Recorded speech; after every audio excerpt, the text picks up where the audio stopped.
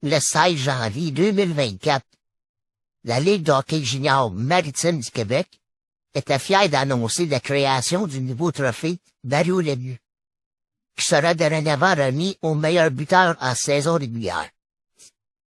Tu sais, je sais très bien que si tu mets 100 personnes dans une pièce, il va en avoir 99 qui vont l'applaudir.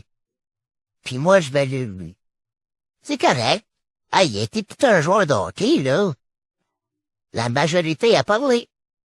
Mais moi, je suis contre. Puis est-ce que j'ai le droit de dire le pourquoi? En 2025, quand Mario Lemieux a eu une ovation au Centre Bell lors du tournoi des 4 Nations, là, c'est à ce moment-là que je me suis dit que la citation dans le film d'Elvis Gratton avait tout son sens. C'est la citation qui dit, là, « Si tu n'en parles pas, ça n'existe pas. » C'est ça le pouvoir des médias. Donc, j'aurais été le seul à le huer, c'est bien ça? Comprenez-moi bien, là. Je veux dire, j'aurais hué l'homme, pas le joueur. Hey, j'ai même vu Louis Morissette dans un reportage, là, je sais pas quelle émission, là, avoir presque les larmes aux yeux quand il a vu Mario Lemieux devant lui à eux de ses shows. Même son fils que son club préféré est les Pingouins. En tout cas, ce que j'ai vu, c'est cette soirée très émouvante pour les Morissette, là. Ben, coudonc, moi, j'ai plein d'histoires à raconter. Tu sais, je lis des sites qui racontent plein de mensonges avec des histoires inventées, des trucs sans mail. Ben, moi, j'ai des histoires à raconter. Ça va être mon héritage, mon testament. Avant que moi-même j'aille ce petit foutu d'Alzheimer-là. OK, je m'annonce. Voici pourquoi moi je suis contre d'avoir nommé un trophée au nom de Mario Lemieux. Et voici le pourquoi.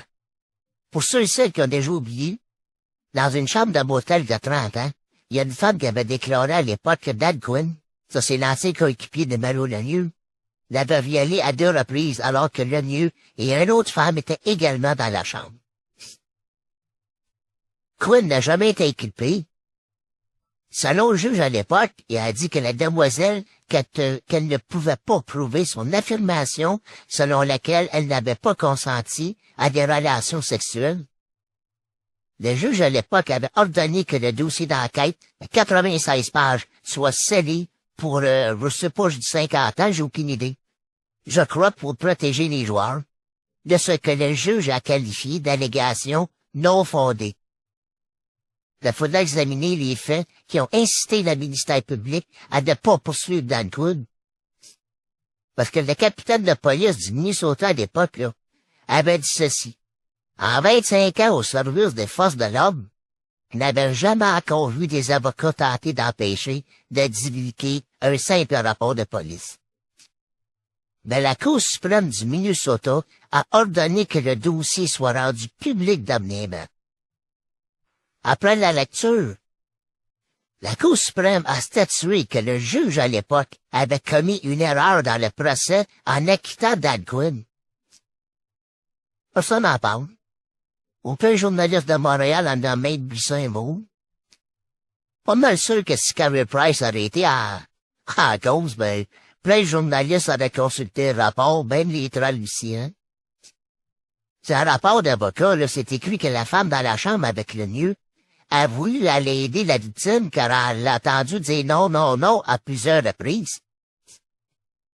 Mais selon ce qui est écrit, Mario Lemieux, du haut de ses 6 pieds 4, lui aurait dit de les laisser s'arranger. Ensuite, Dan Quinn aurait agrippé le collet de la robe de la victime, faisant sauter 4 boutons. Il s'est mis à l'embrasser, à la caresser, à caresser ses seins et à lui retirer son soutien-gorge.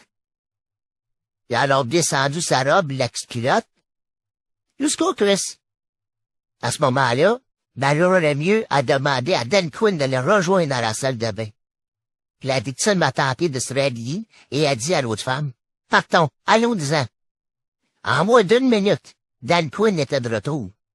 Il a poussé la victime sur le lit et a redescendu ses vêtements à la hauteur des genoux. Il y a eu pénétration pour environ 2 à 3 minutes. Ensuite, la victime présumée a réussi à enfiler sa robe jusqu'à la ceinture et à ramper hors de la chambre. Jusque dans le corridor, où un témoin a rejoint la victime qui a frappé à la porte pour récupérer des objets qui la appartenaient. Mario Lemieux a ouvert la porte et a remis au témoin les souliers, une veste, un sac à main, le soutien-gorge et les bonnes nylons de la victime. Mais tous les objets avaient été trempés dans de la bière par Mario Lemieux et Dan Quinn juste avant d'ouvrir la porte puis l'ordonner.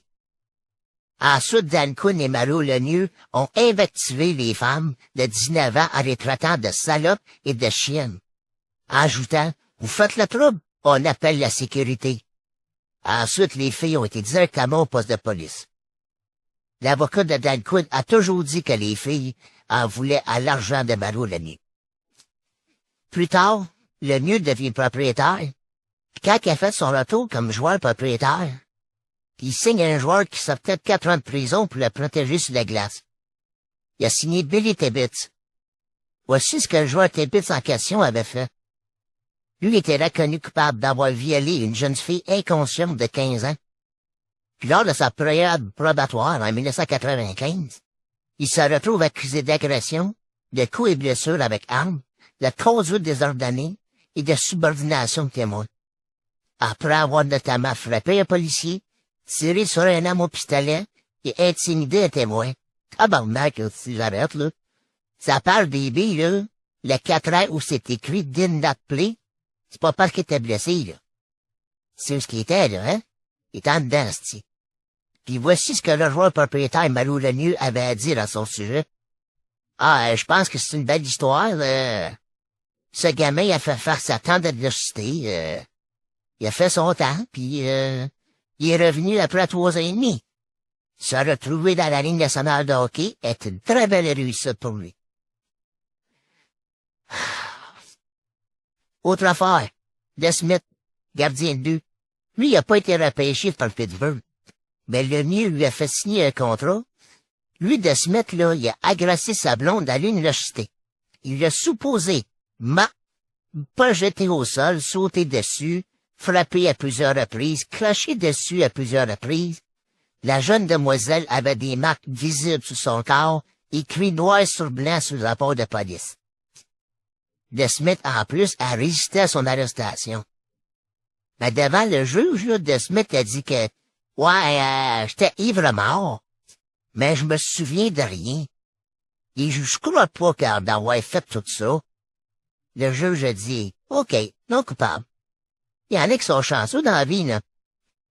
Dernièrement, là, le coach du club d'école là, des Pingouins, là, il s'appelle coach Donatelli. Que plusieurs hauts gradés et dirigeants là, savaient que le coach, là, tu sais, c'était un pas de classe avec les femmes. Là. C'est un genre de Marcel Aubu, là. Ben lui, là, il est engagé pareil par Mario Lemieux, puis l'assistant coach de Donatelli, là, lui s'appelle Scald, de son nom. Lui, il a dit que sa femme, Erin, avait été agressée sexuellement par le coach Donatelli à 2 reprises. Quand le coach était en boisson, puis il était voir les dirigeants des Pingouins. Au lieu de la police en premier pour aller en parler, puis quoi faire, tu sais? Bill Guérin, alors que lui était à l'époque assistant gérant des DJ à Pittsburgh, l'a rencontré. Ils ont jasé ensemble. Lui a répondu gentiment de retourner chez lui, de fermer sa gueule et qu'il allait s'en occuper personnellement. Ah, pour s'en occuper, il y a démis de ses fonctions d'entraîneur du jeu de puissance. Ensuite de ça, Mario Lemieux l'a congédié pour cause COVID. Asti pendant une pandémie mondiale. En plus, là, il n'y a eu aucun soutien pour Erin, la femme agressée, là. Lemieux ou personne d'autre de son organisation ne l'a jamais contacté pour l'interroger sur ce qui s'est passé, ou pour s'excuser pour l'agression, ou s'exprimer le soutien, ou le remords, puis surtout, ben, de prendre de ses nouvelles de sa santé. Tabarnak, moi j'appelle ça une organisation qui a de la classe en esti, hein? Ensuite, le coach Calme a engagé un avocat. Ben, Lemieux, là, il a fait appel qu'il voulait faire rejeter la plainte au début, parce qu'il disait que la plainte avait été faite après la limite permise par la loi. Curious. Moi, j'appelle ça un tout croche, mais bon, c'est pas tous des gens bénévoles, ça a l'air, hein? Puis compte tenu de la façon dont l'ONU a ignoré les agressions sexuelles dans le passé, là, il est pas surprenant que l'équipe que l'ONU qui dirige en ce moment, là, salue celle-ci avec rien de plus que en haut sur les épaules, hein? La plainte avec l'assistant coach pour l'école, là, a été réglée hors cours dernièrement, en 2024. Les dirigeants des Blackhawks de Chicago ont sacré dehors. Bowman, il a fait, c'est lui qui a démissionné, bon, on s'entend, là, à cause de la gestion d'une agression commise dans l'organisation. Edmonton l'a engagé. Bill Guérin est devenu DJ du Minnesota, puis DJ de Team USA.